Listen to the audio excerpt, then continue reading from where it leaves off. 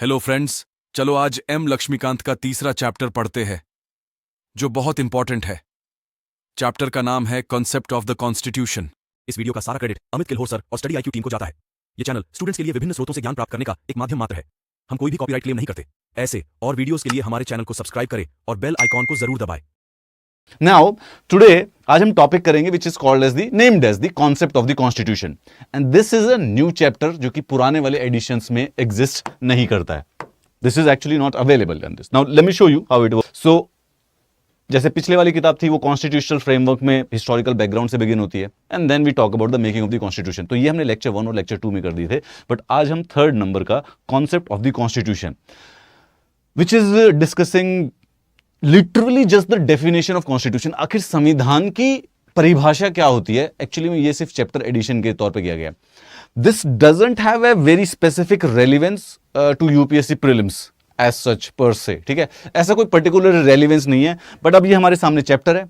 Constitution का meaning, functions, qualities और कुछ क्लासिफिकेशंस और कॉन्स्टिट्यूशनलिज्म वर्सेस कॉन्स्टिट्यूशन के बीच में क्या डिफरेंस होता है उसके बारे में एक छोटी सी डिस्कशन है. And today now we do the concept of the constitution, as simple as that. ठीक है, बहुत ही सिंपल, सरल एंड टू बी ऑनेस्ट मतलब इसकी रेलिवेंस नहीं है एग्जाम के लिए. मतलब probably they were writing a new edition, so they were suppose to increase और इंप्रूव समथिंग और उसमें ऐड किया गया है. It's a very simple thing. These concepts and these ideas have been discussed in other parts of this book also, but ठीक है, not a problem. So meaning the idea is very simple. जो जैसे भी किसी भी चीज को हम पढ़ना स्टार्ट करते हैं तो सिंपल सा सरल सा सिस्टम है कि पहले उसकी वर्ड का मीनिंग समझिए. So, the word, the constitution. Okay, first of all, even before we begin the chapter, what do you understand by constitution? Just as a verb, just as an adjective, just as a noun, anything. Constitution होता क्या है? संविधान. What does it mean? In a very rudimentary, अगर हम इसकी definition देते हैं, it's basically the supreme law of the country. एक पूरे के पूरे देश का जो सबसे superior, the most important law. Now we live in 21st of the century where एक सिस्टम एग्जिस्ट करता है सोसाइटी में कि हमारा जो पूरा का पूरा समाज है वो सर्टेन कानून, सर्टेन लॉज के अकॉर्डिंग चलता है. ठीक है, and there are separate laws. Transport के अलग लॉज होते हैं, टैक्सेशन के अलग लॉज होते हैं, प्रॉपर्टी के अलग लॉज होते हैं, फैमिली के अलग लॉज होते हैं, क्राइम के अलग लॉज होते हैं. There are so many laws जो कि ऑलमोस्ट हर एक सोसाइटी, हर एक कंट्री, हर एक सिटीजन कॉन्टिनेंट के ऊपर है. नाउ ये जो सारे के सारे लॉज हैं, इन सब में जो सबसे इंपॉर्टेंट या सबसे सुप्रीम लॉ है जनरली वो कॉन्स्टिट्यूशन कहलाता है. जनरली उसको कॉन्स्टिट्यूशन कहते हैं. सो जो सबसे बेसिक डेफिनेशन है what is a constitution is basically the supreme, the first law of the country.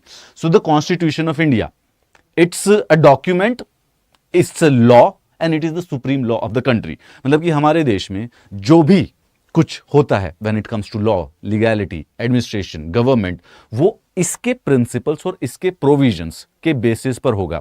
इसके अगेंस्ट नहीं किया जा सकता. मतलब कि अगर इसके अगेंस्ट कोई एक्शन लिया जाएगा जो कि इसके प्रिंसिपल्स के अगेंस्ट है तो इसके लिए सेफगार्ड है इसी कॉन्स्टिट्यूशन के अंदर.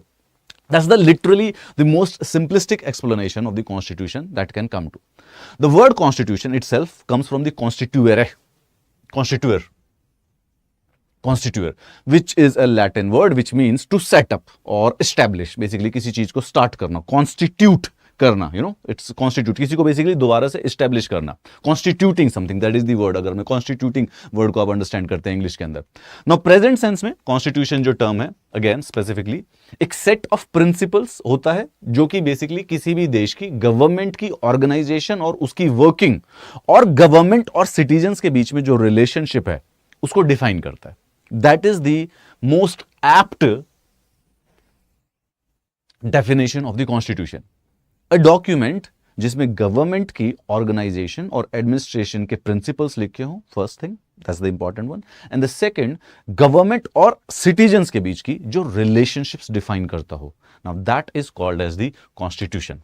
कॉन्स्टिट्यूशन बड़े सारे से, मतलब ऑल दीज वर्ड्स सिनोनिम है. You know, they are the fundamental law of the world, they are the supreme law of the state, is the basic law of the country, instrument of the government. They are all synonyms. Like basic law is basically the supreme law is basically the fundamental law, basic structure of the polity, ground norm of the country, the rules of the state.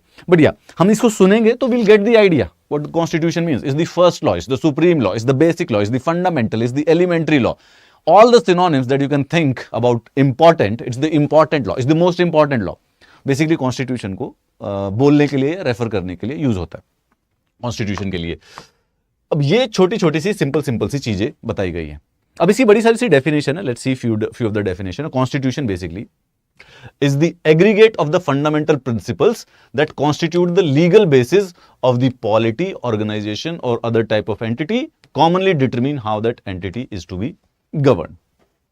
थोड़ा सा complexity में लिखा है, but कहना यह चाहता है कि किसी भी एक पॉलिटिकल एंटिटी यानी कि स्टेट, डिस्ट्रिक्ट, कंट्री, एनीथिंग, या फिर इवन यूनाइटेड नेशंस को, इंटरनेशनल ऑर्गेनाइजेशन, उस पॉलिटिकल एंटिटी को गवर्न करने के लिए कोई प्रिंसिपल्स अगर हम किसी डॉक्यूमेंट में लिख दे तो उसको कॉन्स्टिट्यूशन कहेंगे।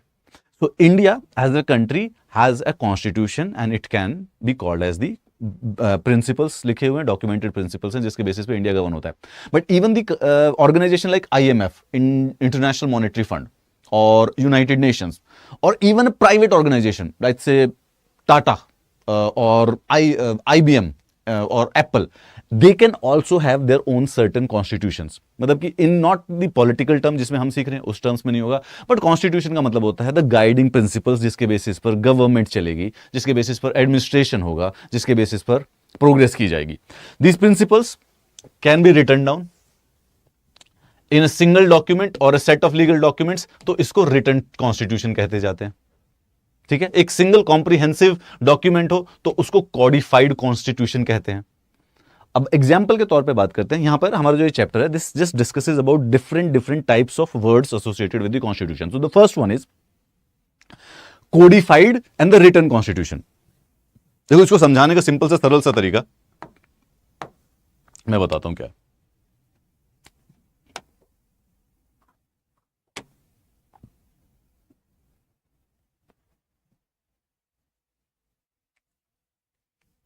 That is a very green, that is a good type of green behind me. So we are going to use this green today. Fascinating green. We are talking about the written, the codified constitution and unwritten constitution. So this is a concept. Constitution दो प्रकार के होते हैं specifically. एक तो codified and another is the uncodified. You can also similarize. एक written होता है और एक अनरिटन होता है। कोडिफाइड का सिंपल मतलब होता है कि some countries what they do is that कि जो भी लॉज हैं, जो बेसिक प्रिंसिपल्स हैं जिसके बेसिस पे कंट्री गवर्न करनी जा रही है, उन सबको एक सिंगल डॉक्यूमेंट में लिख देते हैं। When that is done, that is called a written constitution and a codified constitution. Codified का मतलब कि एक जगह पे सिंगल डॉक्यूमेंट में लिख दिया। And then there are certain countries जिन प्रिंसिपल्स पे वो गवर्न होते हैं वो एक सिंगल डॉक्यूमेंट में नहीं लिखे हुए, they are written. Okay, they are written. मतलब unwritten is kind of a misnomer. ऐसा नहीं है कि सब वर्बल थॉट्स हैं, नहीं, रिटन है बट डिफरेंट लॉज में रिटन है, डिफरेंट लॉज में रिटन है। उसके बेसिस पर गवर्नमेंट चलती है, उसके बेसिस पर एडमिनिस्ट्रेशन चलता है, बट एक सिंगल डॉक्यूमेंट एग्जिस्ट नहीं करता है। Those are called as the uncodified और द अनरिटन कॉन्स्टिट्यूशन। नाउ इसका सिंपल सा एग्जांपल है United States of America and the India.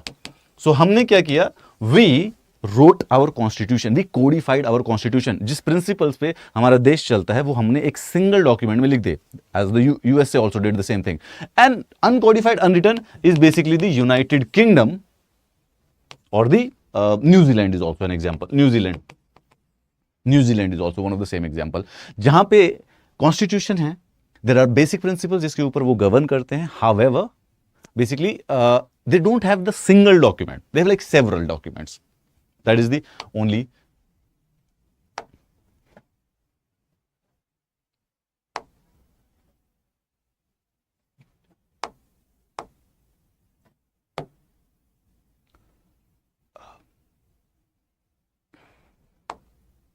Finally, thank you. Responded after embarrassing me. Standard operating protocol of the smart board. ठीक है. So the Constitution of United Kingdom is basically an example of the uncodified constitution. मतलब कि ये बड़े सारे से numerous sources में acts of legislature, court cases और treaties में define किया जाता है. एक single डॉक्यूमेंट एग्जिस्ट नहीं करता है यूनाइटेड किंगडम में जिसको वो कॉन्स्टिट्यूशन कह सकते हैं. नाउ इमेजिन हमें इंडिया के अंदर कोडिफाइड कॉन्स्टिट्यूशन है. So when we study for the UPSC और the any other competitive exam, we all have to do one book. We do Laxmikanth और उसमें सारा का सारा कॉन्स्टिट्यूशन कंप्लीटली एक्सप्लेनेबल है. United Kingdom doesn't have a single written constitution. So when they have to study polity, they have to study like several laws, several different kind of laws. It's more complex basically. It has to be more complex because they can't actually even tell कि कौन सी किताबें पढ़नी है. Constitution of India is the longest written constitution of any country in the world with 1,46,385 words. अब जो ये words थे ये 2016 में थे. 2016 का मैं ये डेटा बता रहा हूँ कि 2016 में जब हमने कॉन्स्टिट्यूशन के अंदर वर्ड टू वर्ड काउंट किया तो 1,46,385 वर्ड्स थे. And since then there have been several amendments, यानी कि हमने अपने कॉन्स्टिट्यूशन के अंदर कुछ और भी ऐड किया है. तो ये जो नंबर है ये अब कंसिस्टेंटली बढ़ रहा है. इसको घटा भी सकते हैं क्योंकि हम अपने कॉन्स्टिट्यूशन से चीजों को रिमूव भी कर सकते हैं, but for now we keep on adding and there have been since 2016 several amendments. तो ये अब उससे बढ़ा ही है. अब धीरे धीरे मान सकते हैं कि अप्रोक्सीमेटली 1.5 लाख वर्ड्स हैं. इंग्लिश लैंग्वेज के वर्ड्स के बारे में बात बता रहा हूं. और constitution of Monaco is basically the shortest written constitution. उसमें सिर्फ और सिर्फ 3800 वर्ड्स हैं. यूनाइटेड स्टेट्स ऑफ अमेरिका का भी काफी छोटा है. मतलब यूनाइटेड स्टेट्स ऑफ अमेरिका के कॉन्स्टिट्यूशन में 44 से 4500 वर्ड्स हैं. And it is one of the longest surviving constitution, codified. Actually में longest में तो United Kingdom कहा जाएगा, but that's an uncodified. तो USA का बात करें तो codified का longest surviving constitution है वो. It's a very small constitution, सिर्फ 7 पेज का है, 4400 words. तो Constitution of San Marino might be the world's oldest active written constitution also, क्योंकि इसके कुछ न कुछ इसके मतलब क्या नाम है प्रिंसिपल्स या कुछ डॉक्यूमेंट्स या कुछ लॉज इससे रिलेटेड जो हैं वो 1600 से एग्जिस्ट करते हैं. एंड यूनाइटेड स्टेट्स का ओल्डेस्ट एक्टिव कोडिफाइड कॉन्स्टिट्यूशन है. इन्होंने अपना संविधान 1789 में बना के तैयार कर लिया था. And surprisingly it has been that constitution which was created in 1789 has almost been exactly the same. मतलब कि इतनी बहुत ज्यादा amendments नहीं हुई हैं उसके अंदर जो कि इसके अंदर है. Why I'm telling you this is, okay, I'll ask you a question. Try answering me. What do you think is the average age of a constitution? See, Government of India Act 1919 was the Indian Constitution in 1924. 1926 में भी GOI Act था. 1935 में पूरा constitution बदल गया देश का, अब वो 1935 में. सो 1919 से 1935 तक मॉन्टेक चैम्सफोर्ड कॉन्स्टिट्यूशन था हमारा.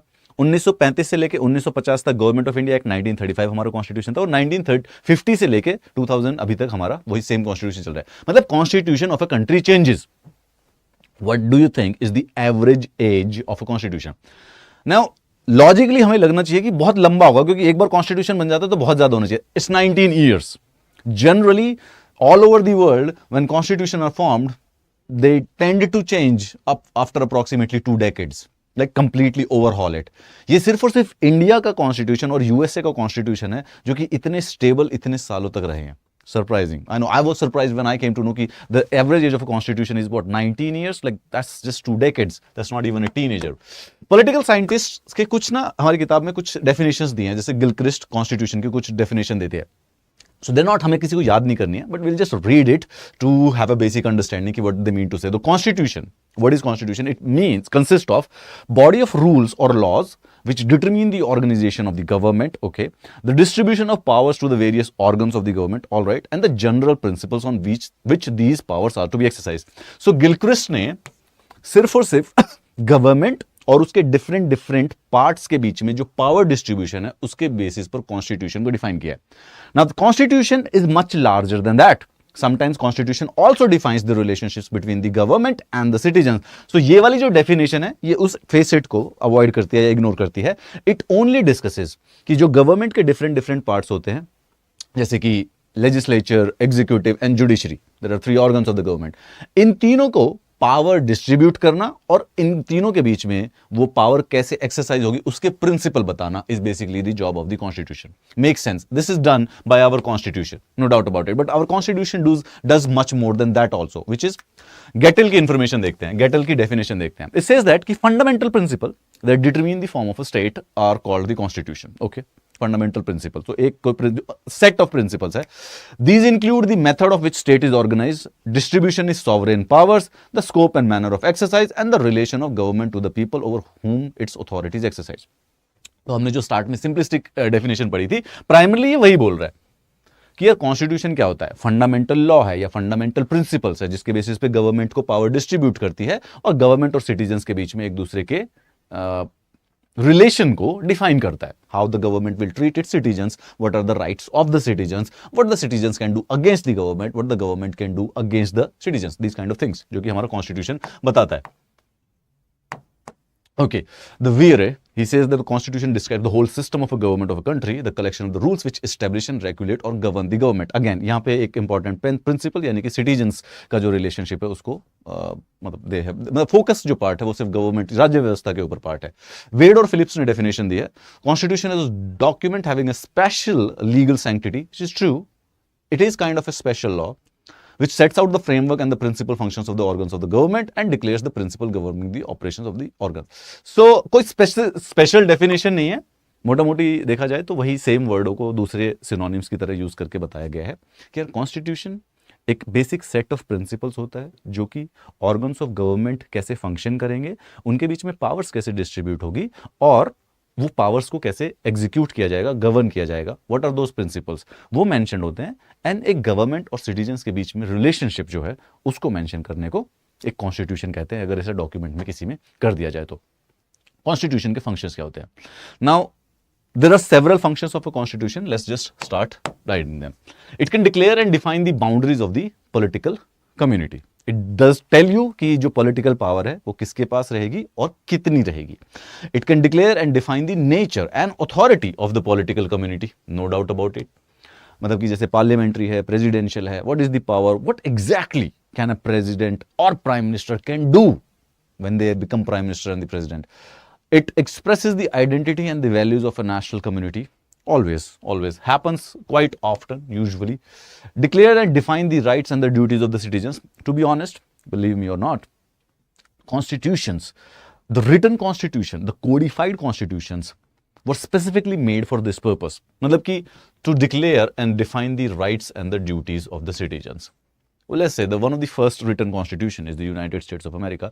और United States of America का जो constitution है वहाँ पे main focus यही था कि citizens के मतलब there were obviously several other focus also defining the political community and the boundaries of the nature of the authority, ये भी था, prime focus था. But yeah, the idea कि citizens के किसी पॉलिटिकल कम्युनिटी में क्या राइट्स हैं इनको लिख देना चाहिए so that somebody who becomes powerful or who becomes a dictator cannot just take it away very easily.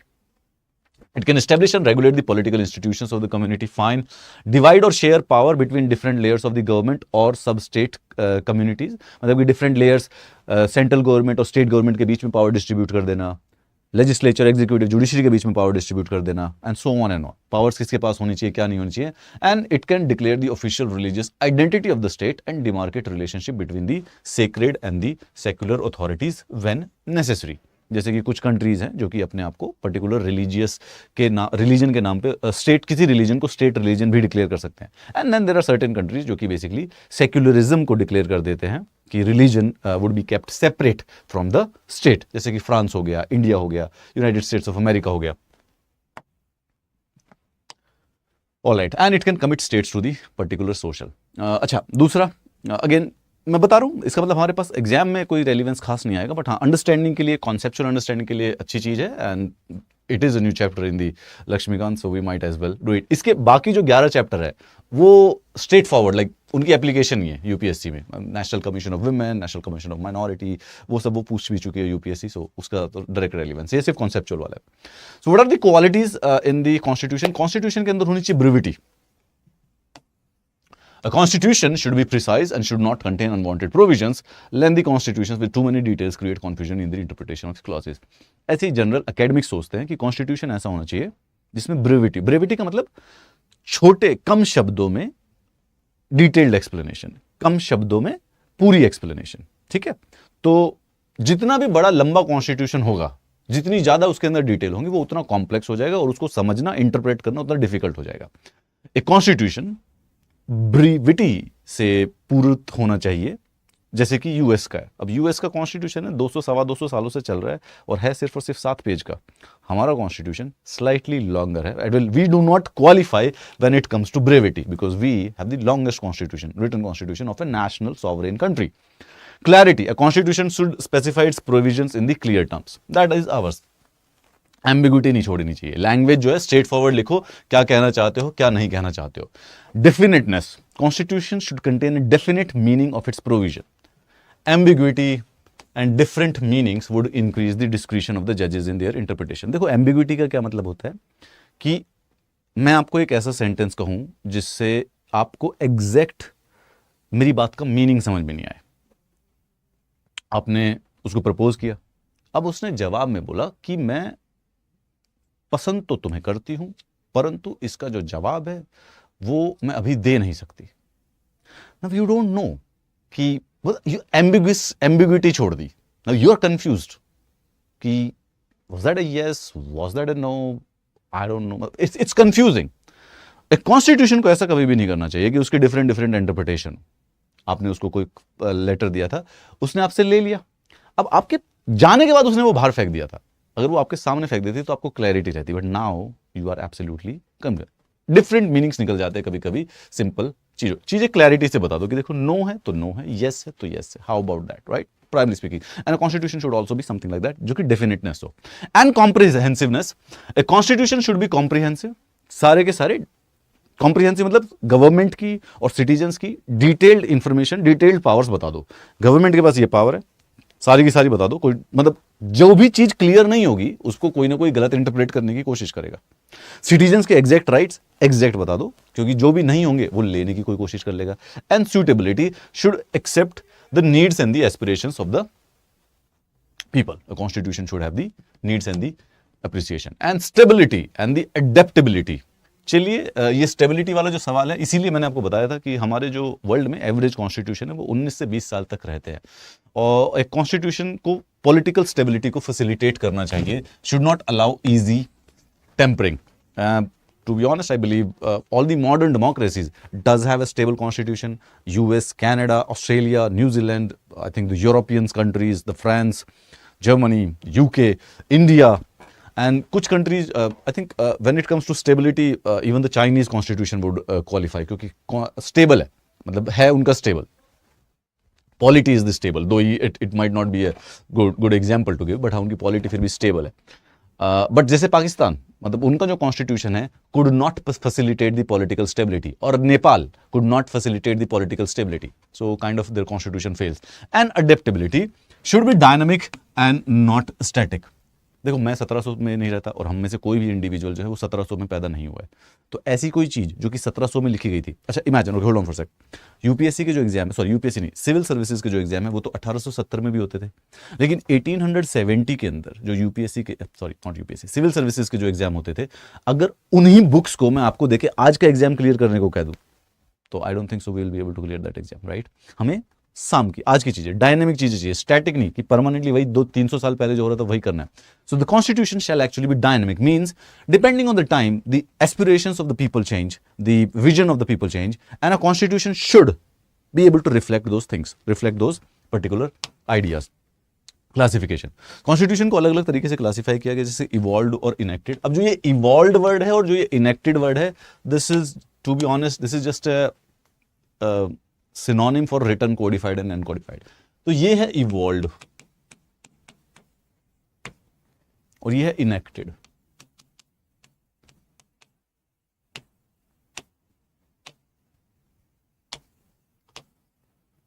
So evolve में एग्जाम्पल क्या होता है? इवॉल्व में सी कि the way the government is functioning, the way laws are being made, that process was not a result of a massive revolution, rather वो सिर्फ और सिर्फ over a period of 200, 300, 400 years evolve हो गया process, which happened in the United Kingdom. United Kingdom का जो constitution है वो सबसे बड़ा एग्जाम्पल है इवॉल्व्ड कॉन्स्टिट्यूशन का. वहां पे मोनार्की हुआ करती थी, अभी भी है बेसिकली, बट पहले बिल्कुल हार्डकोर मोनार्की हुआ करती थी. तो राजा रूल किया करता था और राजा ही कानून बनाया करता था और राजा ही बेसिकली जज हुआ करता था. But those processes changed slowly. राजा ने एक बार मैग्ना कार्टा नाम का एक अग्रीमेंट साइन किया, तो थोड़ी सी पावर क्या नाम है अग्री कर दिया, थोड़ा सा सिटीजन्स के राइट्स को मान लिया गया. फिर थोड़ा सा प्रोसेस बनाया गया कि पार्लियामेंट होगा, will have to at least elect those people, वो असेंबली होगी, वो असेंबली एडवाइज कर दिया करेगी राजा को. धीरे धीरे step by step there become a process and basically kind of evolved, the constitution evolved. And the another one is the enacted, which happened in the case of the United States of America and presently in the India. India का जो constitution था वो एक conscious will का decision था कि after we get the freedom we made our constituent assembly who had a sole particular purpose of designing the constitution, of making the constitution, which we actually did yesterday, right? तो वो उसको कहते हैं enacted. It's just English word है, कोई permanent concept मतलब as in not a concept. Constitution is classified evolved and enacted constitution. Evolved constitution वो होता है जो कि स्लो ग्रेजुअली इवोल्यूशनरी प्रोसेस से आया है. कम्युलेटिव कॉन्स्टिट्यूशन सबसे बड़ा इंपॉर्टेंट इसके अंदर ब्रिटिश कॉन्स्टिट्यूशन है. एंड इनेक्टेड जो कि particularly very deliberately has been made by a constituent assembly, या काउंसिल ने या किसी ने भी किसी प्रकार से स्टार्ट किया है. प्रोविजन, अच्छा ये जो इनेक्टेड होगा ना, it will always be codified, it will always be written. Evolved वाला ही बेसिकली, क्योंकि इवोल्यूशन है like over a period of 300 और 400 ईयर्स. तो एक पॉइंट यहां इवॉल्व हुआ, एक पॉइंट 20 साल बाद हुआ, एक पॉइंट 60 साल बाद हुआ, एक पॉइंट 150 साल बाद हुआ, तो एक सिंगल डॉक्यूमेंट में कभी आने की संभावना नहीं रहेगी.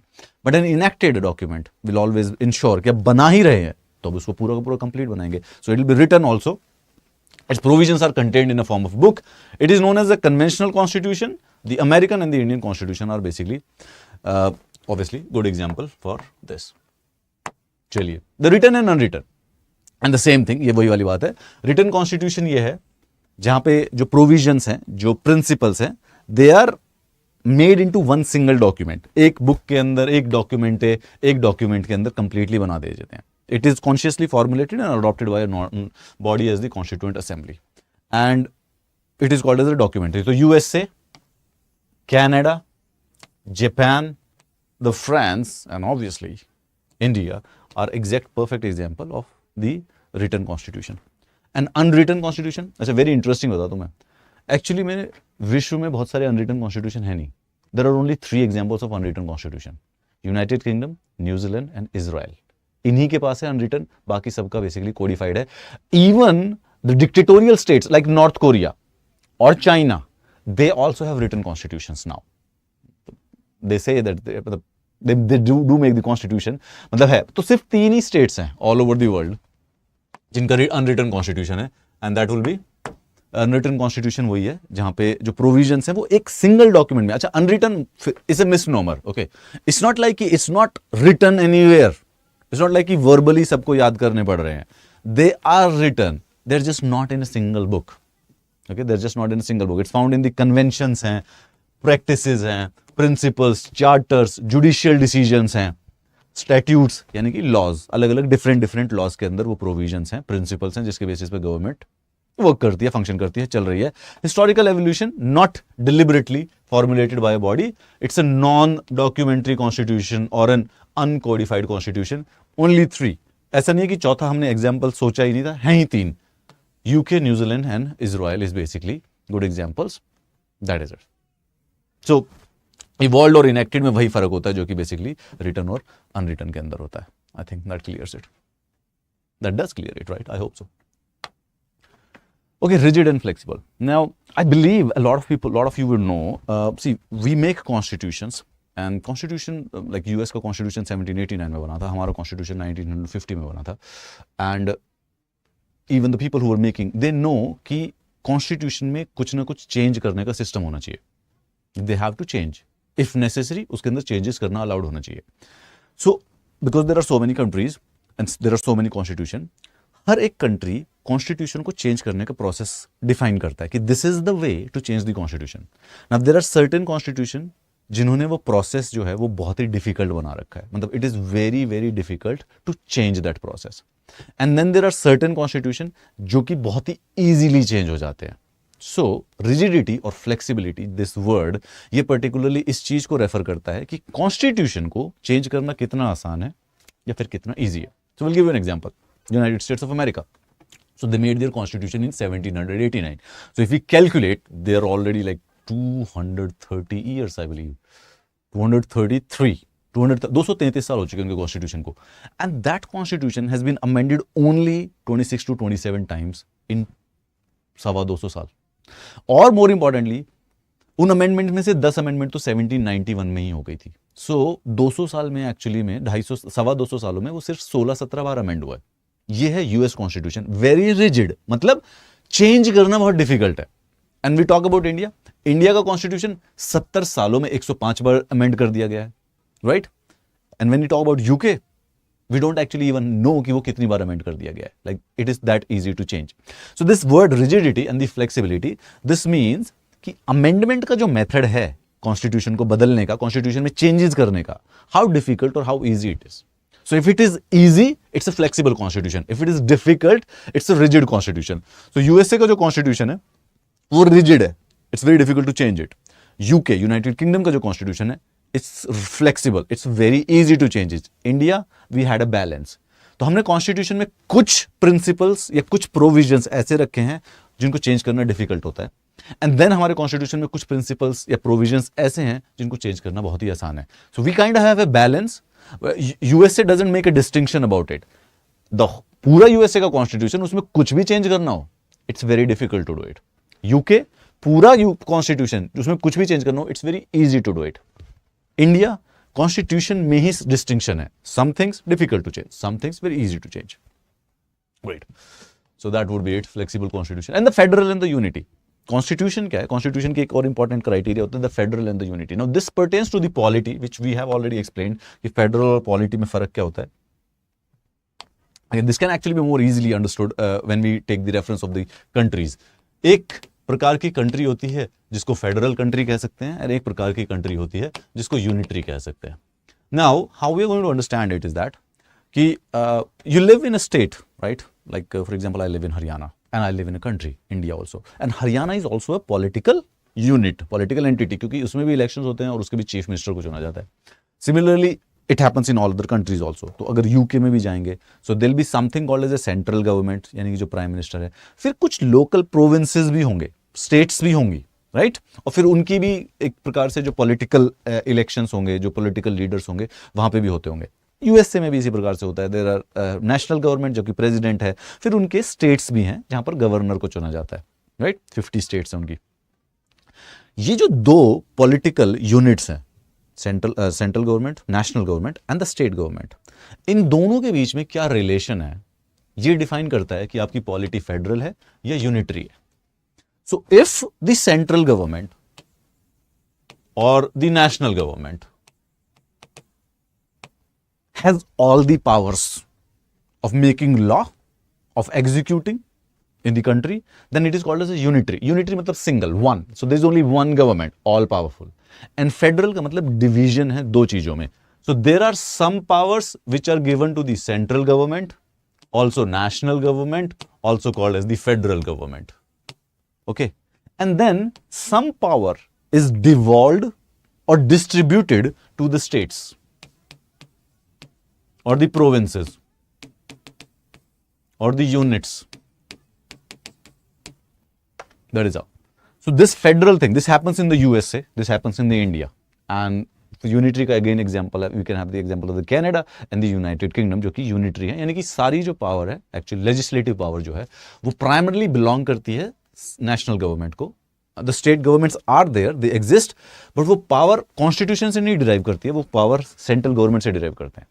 But when it comes to USA, तो जो सेंट्रल गवर्नमेंट है उसकी पावर भी कॉन्स्टिट्यूशन से आती है, और जो स्टेट गवर्नमेंट्स हैं उसकी पावर भी कॉन्स्टिट्यूशन से ही आती है. कॉन्स्टिट्यूशन ने डिफाइन कर रखा है दोनों की पावर को. It's called as the federal and the unitary government. On the nature of the relationship between the national government and the regional government और द स्टेट और द प्रोविंसेस, कॉन्स्टिट्यूशन को फेडरल और यूनिटरी कहा जा सकता है. And I believe that clears this all. So this is it.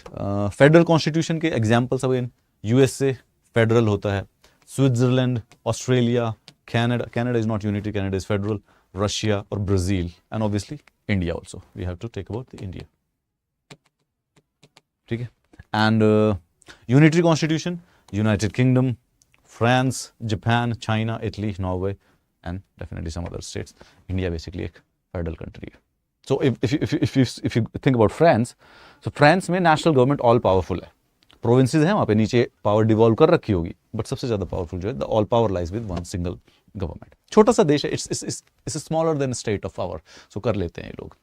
हमारे जितना बड़ा देश होता है उसको फेडरलिज्म थोड़ा सा करना पड़ता है. यूएसए का भी साइज बहुत ज़्यादा बड़ा है, तो वहाँ पे फेडरलिज्म करना पड़ता है. जितना ज़्यादा बड़ा साइज होगा, पावर उतनी जगह एक जगह पे कॉन्सेंट्रेट करेंगे तो बहुत आसानी से ब्रेक डाउन हो जाएगा. तो इसलिए पावर को थोड़ा डिस्ट्रीब्यूट करना ईजी रहता है स्टेबिलिटी के लिए. With the size of our country और size of Australia, size of us, it's better to be in to a federal situation. छोटे छोटे कंट्री अगर हम देखें, क्या नाम है, जापान देखें, जापान का साइज देखो, फ्रांस का साइज देखो, Italy, Norway, the size of these countries are small and they are basically unitary. Now you will say कि सर चाइना भी लिखा हुआ है वहां पे. इनका अलग चल रहा है यार, इनका अलग चल रहा है.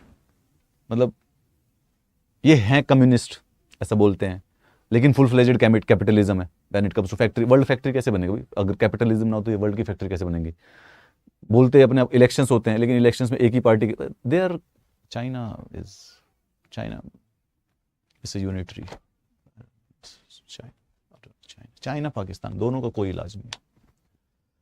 Okay, and then there is a so हमारे यहाँ पे फेडरल भी है एंड ऑब्वियसली यूनिटरी प्रोविजंस भी है. We will discuss it when हम अपने प्रोविजंस, हम जब सेलिएंट फीचर्स ऑफ कॉन्स्टिट्यूशन करेंगे कल, तो हमें वो पता चलेगा. And then there are some constitution जो कि प्रोसीजरल होते हैं, प्रिस्क्रिप्टिव होते हैं. नाउ रिमेंबर, प्रोसीजरल और प्रिस्क्रिप्टिव में क्या होता है? प्रोसीजरल इज सम कॉन्स्टिट्यूशन जिसका पर्पस सिर्फ और सिर्फ डिस्क्राइब करना है. ये गवर्नमेंट होगी, ऐसे प्राइम मिनिस्टर को चुनोगे, ऐसे इलेक्शन होंगे, ऐसे लॉ पास किया जाएगा and that is done. Okay, that is done. The procedure बताना है एंड दैट इज ओके, बस. उसके अलावा कोई जजमेंट नहीं है. प्रिस्क्रिप्टिव का मतलब the constitution itself says how the country और the society should live the life. मतलब कुछ प्रिंसिपल्स हैं. दो ब्रॉड कॉन्स्टिट्यूशन है. डिफरेंस क्या है? Relate to the nature and the purpose of the document itself. एक प्रोसीजरल कॉन्स्टिट्यूशन है, वो लीगल और पॉलिटिकल स्ट्रक्चर को बताता है, लीगल लिमिट्स बताता है, फंडामेंटल ह्यूमन राइट्स बताता है and they are okay with that. और उसके साथ साथ प्रिस्क्रिप्टिव जो होता है वो और भी ज्यादा common societal goals that public authorities must strive to achieve. So now example के तौर पे, जिसको थोड़ा सा पता है, हमारा कॉन्स्टिट्यूशन अलग अलग पार्ट्स में डिवाइडेड है. तो हमारे कॉन्स्टिट्यूशन के पार्ट 5 में सेंट्रल गवर्नमेंट के प्रोविजंस हैं. नाउ दोज आर प्रोसीजरल, वो फैक्चुअल है कि ऐसे प्रेसिडेंट होगा, ये प्राइम मिनिस्टर होंगे, ऐसे उनका काउंसिल ऑफ मिनिस्टर, वो काउंसिल ऑफ मिनिस्टर प्रेसिडेंट को एडवाइस करेगा. सो दे आर प्रोसीजर, उसमें प्रोसीजर बताया गया है. And the directive principle of state policy, यानी कि पार्ट 4 के अंदर directive principle of state policy है. They are prescriptive. They are actually telling कि पॉलिटी को ऐसा करना चाहिए. न्याय दो लोगों को, सामाजिक न्याय दो, पॉलिटिकल न्याय दो, आर्थिक न्याय दो, and so on. So वो prescriptive है. So you get the idea. Procedural, somebody who just defines something, objectively define किया, tell it and they're done. There is no value judgment. And prescriptive, prescription देना, they actually tell what to do. Right? So आपके पास दो mentor हो सकते हैं. आप अब जब पढ़ते हैं कॉन्स्टिट्यूशन, दो प्रकार के टीचर्स हो सकते हैं. एक टीचर जो कि आपको सिर्फ और सिर्फ फैक्ट और डेटा और ओपिनियंस आपके सामने प्रोड्यूस करता है और उसके बाद कुछ नहीं कहता, उसको आपकी जजमेंट पे बिलीव है, ही विल बी एबल, उसको यकीन है कि आपके पास जब सब कुछ होगा तो खुद डिसाइड कर लोगे. And then there are some teachers जो कि आपको एक्चुअली में वैल्यूज बताते हैं कि जो वैल्यूज फॉलो करनी चाहिए. सो एक टीचर है procedural, he don't want to make a judgment for you, decision for you. So वो आपको आपकी जजमेंट पे बिलीव करता है, बस आपके सामने फैक्ट सब कुछ रख देता है कि दिस देखो ये भी होता है, ये भी होता है, ये भी होता है, it's yours. And then there are some teachers who does tell you, if you should do this, this is the value you should inculcate, this is a better value than this one. So ये procedural prescriptive में, हमारे में दोनों है. There are some sections which are absolutely procedural and then there are obviously some sections which are kind of prescriptive also in constitution. चलिए, the constitutionalism and the constitutional government, सिर्फ और सिर्फ वही adjective versus noun का game है. Simple बात क्या है मैं बताता हूँ, देखो क्या है. They're talking about the constitutionalism, okay, versus constitutional government. देखो अब सिंपल सा, इसको एक एग्जांपल से समझ सकते हैं हम. चाइना में कॉन्स्टिट्यूशन है. देखो प्रिंसिपल्स, एक डॉक्यूमेंट तो कोई भी बना सकता है और वो डॉक्यूमेंट में लिखा जा सकता है कि गवर्नमेंट कैसे फंक्शन करेगी, गवर्नमेंट में किसके पास कितनी पावर होगी, वो लिख दिया. इलेक्ट कैसे होगी, सेलेक्ट कैसे होगी, वो सारा का सारा डिटेल लिख दी, वो कॉन्स्टिट्यूशन के अंदर लिख दिया गया. ऐसा चाइना ने कर रखा है, ऐसा नॉर्थ कोरिया ने भी कर रखा है. तो चाइना और north Korea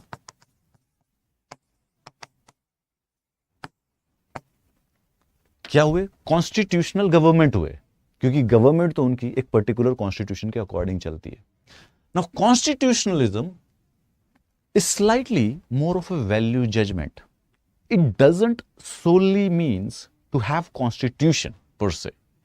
Rather, it has a more spiritual, more spirit in the sense. देखो, constitution they are closely related to each other, but कुछ डिफरेंसेस है. मेन डिफरेंसेस हम देखते हैं स्पेसिफिकली. ये कॉन्स्टिट्यूशन एक जनरली रिटन डॉक्यूमेंट होता है.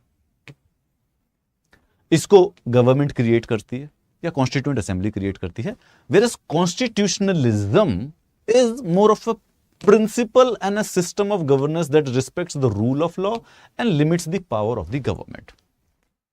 मतलब कॉन्स्टिट्यूशनलिज्म में संवैधानिकता जो है उसमें आइडिया ये है कि कॉन्स्टिट्यूशन होने से फर्क नहीं पड़ता है. एक्चुअली में द आइडिया इज दैट कि everybody, the whole government apparatus and every citizen should kind of respect the rule of law, कि लॉ के हिसाब से सब कुछ चलेगा. एंड मोर इंपॉर्टेंटली गवर्नमेंट की जो पावर्स है वो लिमिटेड होनी चाहिए rather than actually increasing them.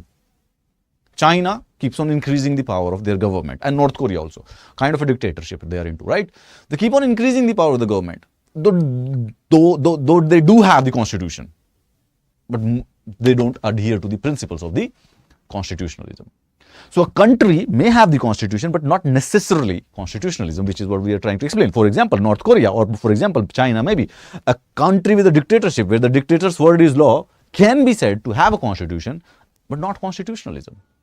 Like USA, straightforward, they run on constitutionalism. In India, for all practical purposes, constitutionalism, definitely. So constitutional recognizes the need for the government with power, ठीक है, but insists that limitation should be on the powers. अब हमारे constitution में suppose करो ये लिख देते कि सारी की सारी पावर गवर्नमेंट के पास है और सिटीजन्स के पास कोई freedom of speech of expression नहीं है, तो लिखा तो जा सकता है, कहलाएगा तो तब भी कॉन्स्टिट्यूशन, क्योंकि दैट इज द प्रिंसिपल जिसके बेसिस पर गवर्नमेंट चल रही है. But will that be constitutionalism? I am pretty sure about it, you will say no to this now. Unlimited power authoritarian oppressive government से हो जाती है. So constitution of country imposes limitation upon governmental power. Does a country have not only a constitution but constitutionalism? So government की power को constitution के according ही रोक देना चाहिए. सो लिमिटेड गवर्नमेंट होनी चाहिए. इसका एक्चुअली में ईजी तरीका क्या है? ये है ईजी तरीका कॉन्स्टिट्यूशनलिज्म का element. So this is what the constitutionalism means, कि पॉपुलर सॉवरेनिटी होनी चाहिए. नाउ इन अ मोनार्की और in a dictatorship there can be a constitution, but in constitutionalism नहीं होगा. कॉन्स्टिट्यूशनलिज्म में पॉपुलर सॉवरेनिटी ही होगी. Popular sovereignty means the actual power, the real power belongs to people. Like not me, but I'm one of the people. To all of us, actually. Okay, so we are together people, not single me. So the people who will rule will always be elected by the choice of the people who would be ruled. That's the idea. And the rule of law, there has to be rule of law. Rule of law constitution में भी होता है. मतलब China और north Korea technically law के according चलते हैं, technically, but still rule of law होना ही चाहिए. Democratic government, responsible and accountable. Again, जिस गवर्नमेंट को हटा ही नहीं सकते. अब हम किंग जोंग को हटा थोड़ी ना सकते हैं, बट कॉन्स्टिट्यूशन उन्होंने बना रखा है. ना ही शी जिनपिंग को कोई हटा सकता है, but they still have a constitution. Where is the Indian prime minister can actually be changed at least after 15 years, I believe. So separation of powers होनी चाहिए. An independent judiciary, civilian control of the military. What does this mean? The civilian, इसका यह मतलब नहीं है कि हम और आप जाके मिलिट्री को कंट्रोल करें. रादर इसका मतलब ये होता है कि सिविलियन कंट्रोल, यानी कि president, because he is a civilian, he is not a person of the military.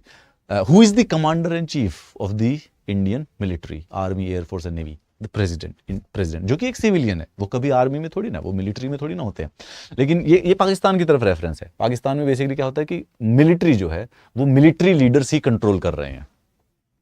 Not exactly a good situation to be into. And police governed by law and judicial control and respect for the individual rights. So this is what constitutionalism is, slightly different from the constitution. So what they're saying is that सिर्फ और सिर्फ constitution होना important नहीं है. Just because you have a constitution in your country doesn't make you superior. What is of essence and what matters actually is to be in the spirit of the constitutionalism. It's a slightly more prescriptive idea. It's a slightly more progressive idea. It's a slightly better idea.